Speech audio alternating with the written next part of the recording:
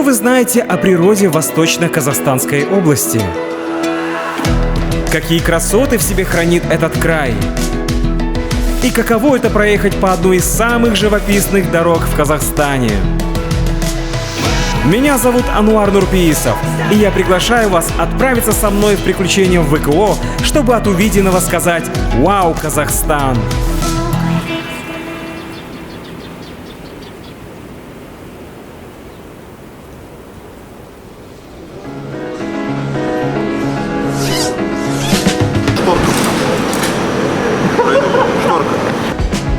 Чтобы добраться до стартовой точки нашего путешествия, мы совершили долгий путь. Полуторачасовой перелет до Семска, а затем 2 часа на автомобиле до Усть-Каменогорска. На момент съемок аэропорт в Усть-Камане был закрыт на ремонт.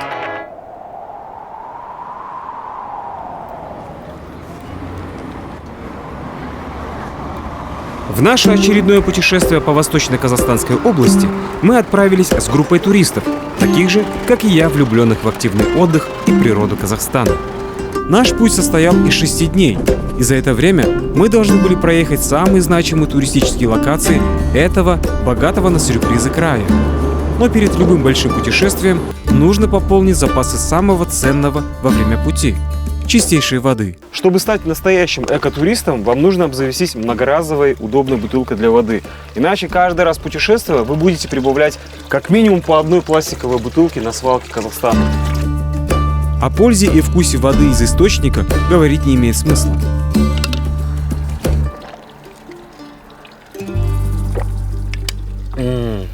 Родниковая вода – это вообще другой разговор. Меня не было в Алтае 3 года, и я так соскучился по этому месту. Просто в большом предвкушении от нашего путешествия. Восточно-Казахстанская область. Земля, которая влюбляет в себя с первого посещения. Есть в этом месте что-то особенное, не поддающееся объяснению и описанию. Наш маршрут пролегал через Бухтарминское водохранилище.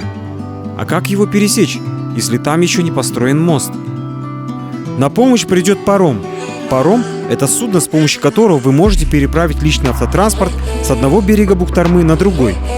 Уверен, такое многие видели только в кино и не подозревали, что такой вид транспорта есть и у нас. Хоть мы и пересекали водохранилище, все равно это были 30 минут морской романтики. Я хоть и не потомок мореходов, но жажда к морским приключениям заложена с самого детства. Ведь в каждом из нас живет тот самый юнга, готовый отправиться в свое большое плавание. А когда я поднялся на самую верхнюю палубу, перед глазами пронеслась сцена из одного известного фильма. Только не хватало еще одной актрисы. Роуз, а ведь здесь могла быть ты.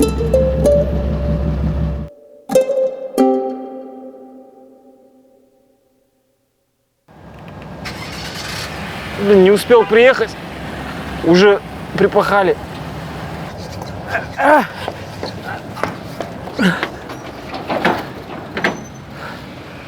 Мы это сделали.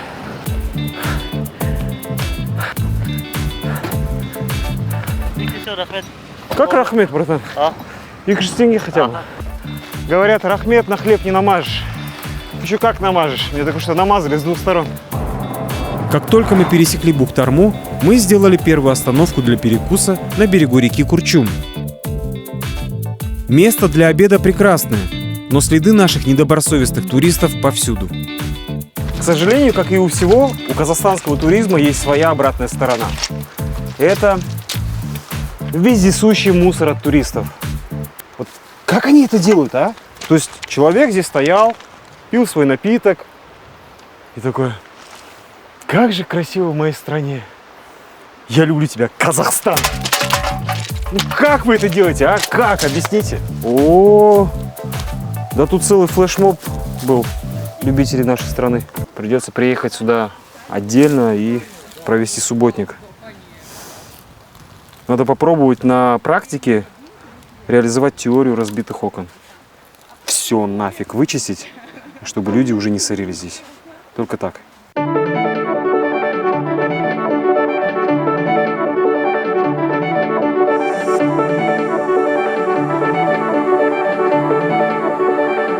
Мы провели в пути полдня и наконец-то добрались до нашего первого вау – урочище Кинкереш.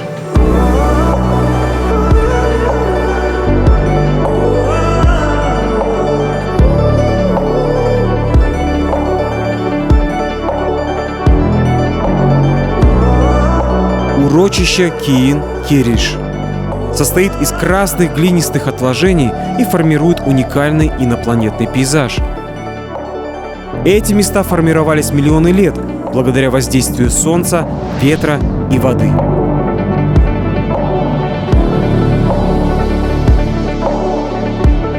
И в очередной раз ты понимаешь, что лучший художник на Земле — это мать природа.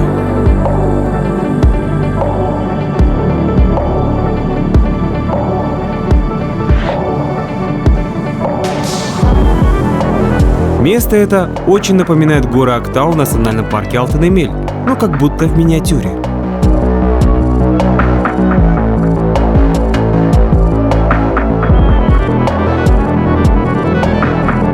Само урочище тоже небольшое, его можно обойти за 1 час, но этого вполне достаточно для полноценного вау.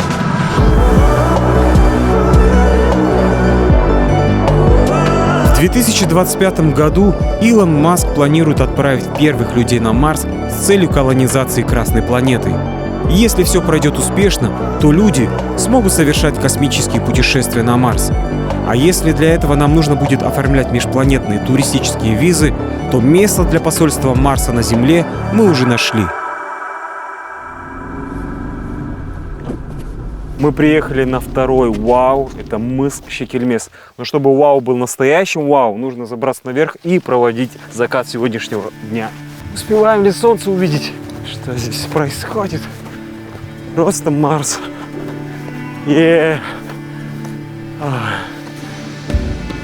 Да, мы успели увидеть этот вау-закат на берегу озера Зайсан. Мне сложно передать те чувства, которые овладели мной в тот момент. Это было словно откровением. Как такое возможно? Марсианские ландшафты и бескрайнее озеро.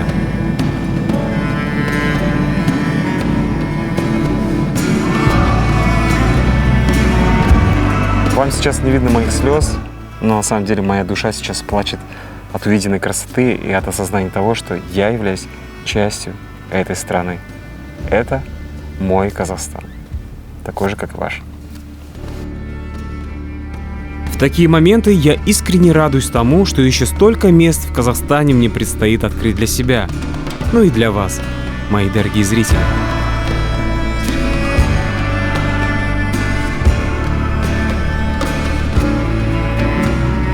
А тем временем мы разбили лагерь на берегу величественного озера Зайсан. Вопрос. Что самое важное при поиске места для вашей палатки? Думайте.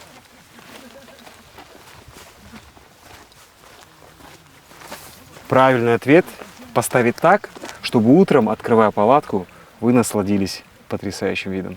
Я думаю, Зайсан того стоит.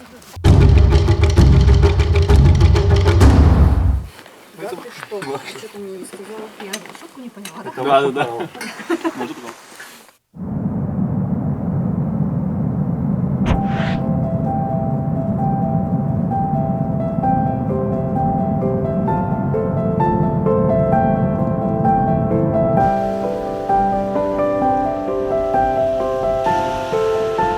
Мен ояндым.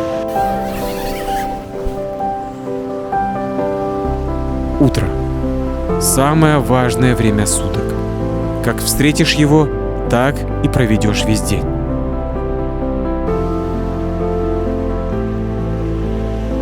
А если с утра сделать аффирмации, то велика вероятность, что это сбудется. И у меня сбылось. Наконец, в моей жизни наступил тот самый понедельник, когда я снова начал бегать по утрам. Это было божественное утро. Небольшой мастер-класс, как собирать спальный мешок. Многие думают, нужно его аккуратненько вот так сложить, заворачивать. Ребят, на самом деле, когда вы делаете именно так, одинаково всегда собираете спальный мешок, то в одном месте он начинает сминаться, и там потом все тонкое становится, и он не держит тепло. Как подушку, сбивать ее нужно. Хаотично, максимально хаотично, чтобы пух всегда был распушен в вашем спальнике. Плюс это не требует столько времени, как если бы вы собирали, скручивая.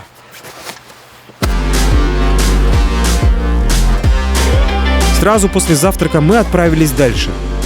Наша дорога проходила вдоль берега Зайсана.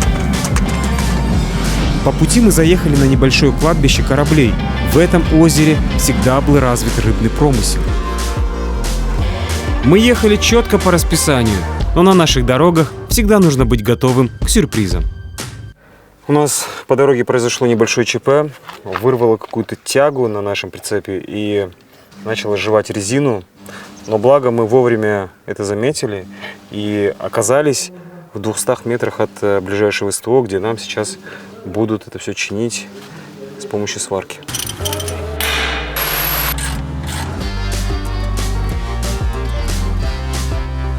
И здорово, что мы живем в стране, в которой, что бы ни случилось с твоей машиной, всегда есть рядом дядя Миша, который придет на помощь.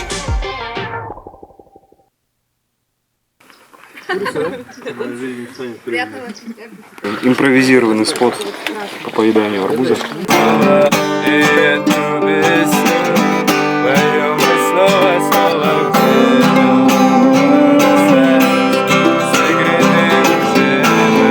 Пока мы ждали окончания ремонтных работ, местный работяга Ильзат устроил нам мини-бенефис.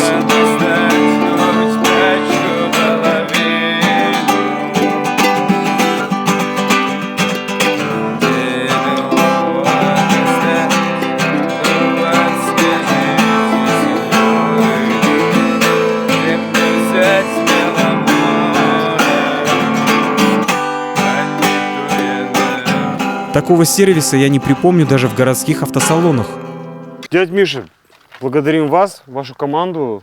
Вы нас выручили. Вы спасли наше путешествие. А это место в прямом смысле край нашей страны. Забор справа от нас – граница Китайской Народной Республики.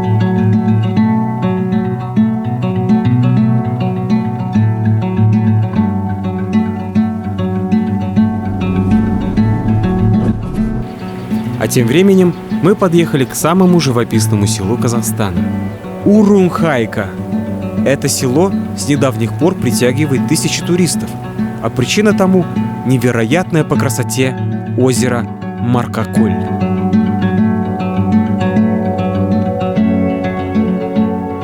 Я сейчас испытываю чувство, когда твоя мечта сбывается. Я так давно хотел сюда попасть, и озеро Маркаколь – это вау, которое вызывает мурашки по коже.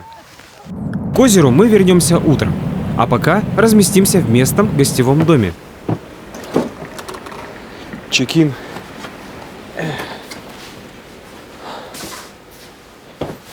Вот он, один из первых в селе. Стоит 3000 тенге с человека.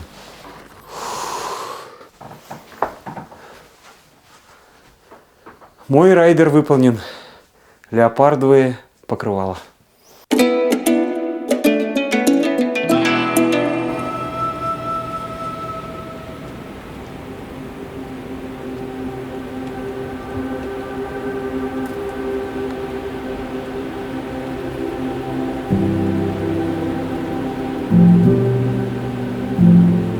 Маркаколь. Место со своей завораживающей красотой. Этим утром я искренне позавидовал местным жителям. Ведь каждое утро они могут позволить себе этот роскошный вид. Но я попытался выжать из этого утра все соки и пробежался по местным тропам. У села Урунхайка есть все, чтобы стать одним из центров туризма ВКО.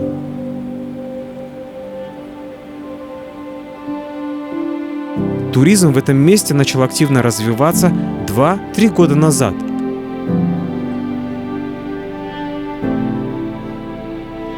И местные только учатся первым навыкам гостиничного бизнеса. Но уже растет поколение, которое будет перенимать лучший опыт и воплощать свои идеи. Необработанный алмаз. Именно так я бы назвал Урунхайку. Но не все жители Урунхайки рады развитию туризма. Ой, его бы и желательно не надо. Да почему? Да потому что люди приезжают, только гадят. Выбрасывают из машины мусор, везут, в этот пакет складывают, где они находятся, а потом едут, приостановятся, выбросят. Так вроде бы как для гостиниц хорошо, а для жителей плохо.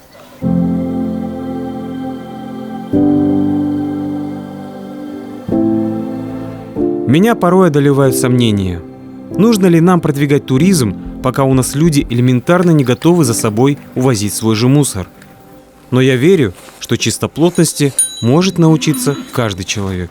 В этой деревне так атмосферно. Я даже не могу это назвать аулом, это реально деревня. Улицы Урунхайки очень колоритные. И мой предпринимательский дух не давал мне покоя. Потенциал просто бешеный. Можно здесь присмотреть себе домишко, организовать здесь какой-нибудь гостевой дом. О, вот этот домик цвета Тиффани. Интересный. Заглянем. Здесь кто-нибудь живет? Не живут? Да? Может, к первой береговой линии пойдем? Никто из местных не отличился желанием даже рассмотреть мое предложение.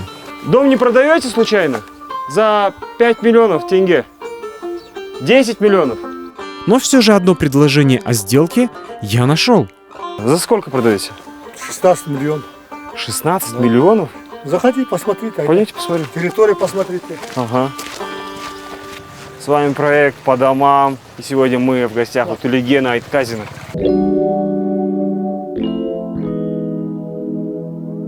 Блин, территория меня. Березовая роща тоже ваша? Сколько гектаров у вас? Ой, соток.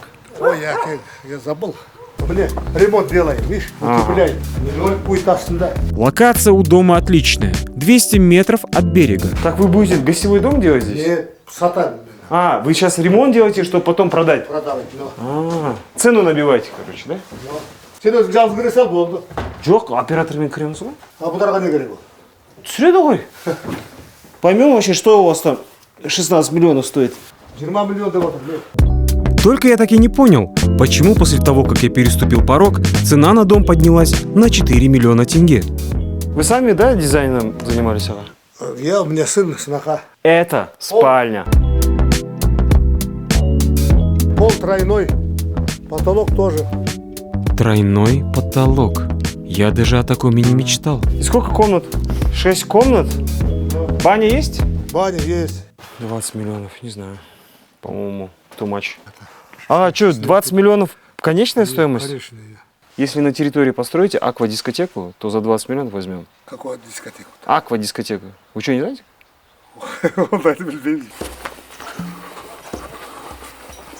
Но после неудавшейся сделки я нашел более перспективный вариант. Заброшенная избушка с модной дизайнерской крышей. Пока в моем топе этот объект, он привлекателен тем, что он выходит сразу же на прекрасный вид, на озеро, открывается вид на деревню. Я уже начал просчитывать бизнес-план, но меня ждали неприятные новости. В Урунхайке уже есть серьезный игрок в гостиничном бизнесе. Мой потенциальный конкурент. А конкурентов нужно знать в лицо. Ой.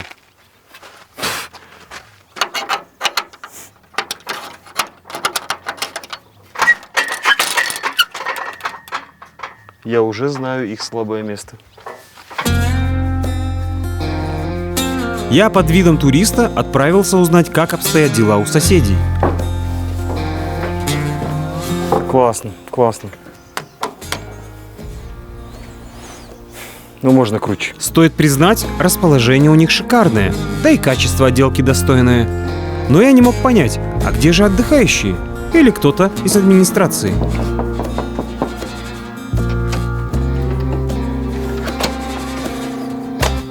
Конкуренты, значит, у нас не такие сильные. Ярик, что думаешь по поводу потенциала этого места? Маркоколь очень интересное место в Восточном Казахстане. Основная проблема – это логистика. Дорога добраться сюда. Во-первых, далеко, во-вторых, качество самой дороги. И что ты думаешь, выгодно вот такие большие дома строить здесь? При потоке туристов это может быть выгодно. Вот. Второй момент – то, что очень короткий сезон. Вот. Но в целом последние года, ну, как в Алматинской области, Восточно-Казахстанской, то есть поток туристов очень увеличился. Мы говорили с местными представителями, вот тетя Галя, в частности, сказала, что в этом году было очень много туристов. Ну, загрузка была практически 100%.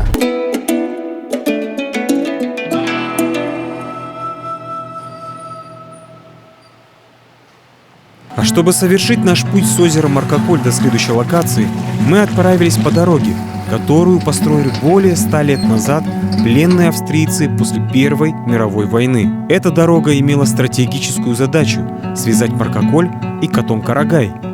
В те времена была напряженность на границах Китая, и дорога была построена на случай вторжения китайских войск для мобилизации армии в те места по короткому пути. Наша следующая вау – это староавстрийская дорога. И я могу уже сказать сейчас, что это самая красивая, лично для меня, горная дорога в Казахстане. 60 километров проселочной дороги проходит по живописной долине реки Каракоба. Даже искушенный путешественник скажет «вау», проезжая по этому пути. Будете проезжать по староавстрийской дороге, обязательно какую-то часть маршрута пройдите пешком. Прям рекомендую настоятельно, потому что такую красоту нельзя просто проехать на машине. Какая здесь атмосфера. Есть подтвержденная информация, что в составе строительной бригады этой староавстрийской дороги был прадедушка Арнольда Шварценеггера. Теперь в библиотеке моих героев на одного Шварценеггера стало больше.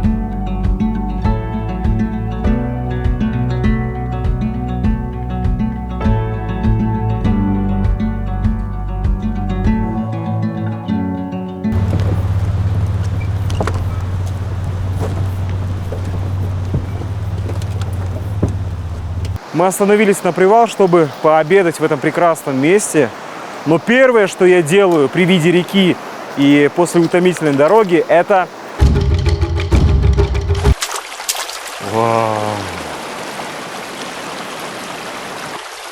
Да, это был речной вал. О, ну вот это намного лучше, чем на СТО обедать. Ух ты, уже готово? Классно. В этом путешествии я заново открыл для себя Восточный Казахстан. И если меня спросят, ну и как тебе ВКО, то мой ответ – это вау ВКО. Как на Востоке открыть вау красоту? Нужно сначала увидеть вау Буктарму. Клингериш, а за ним Мосшекельмес.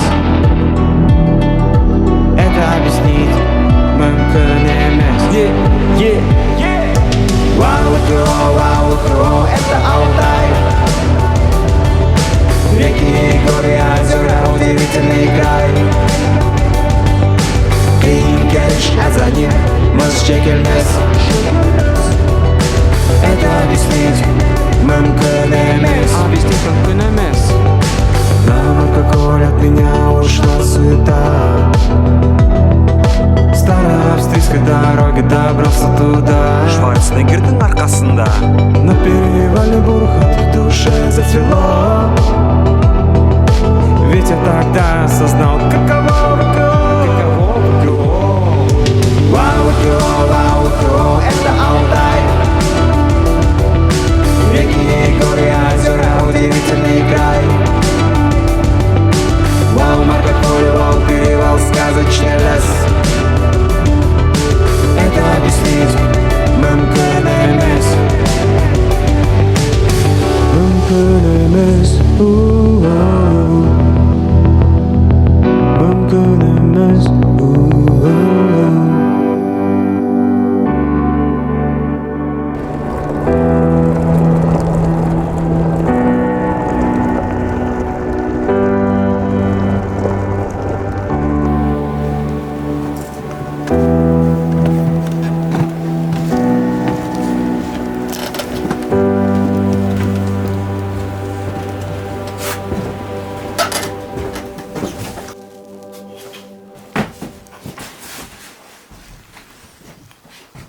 Ух, не вау, конечно, но жить можно.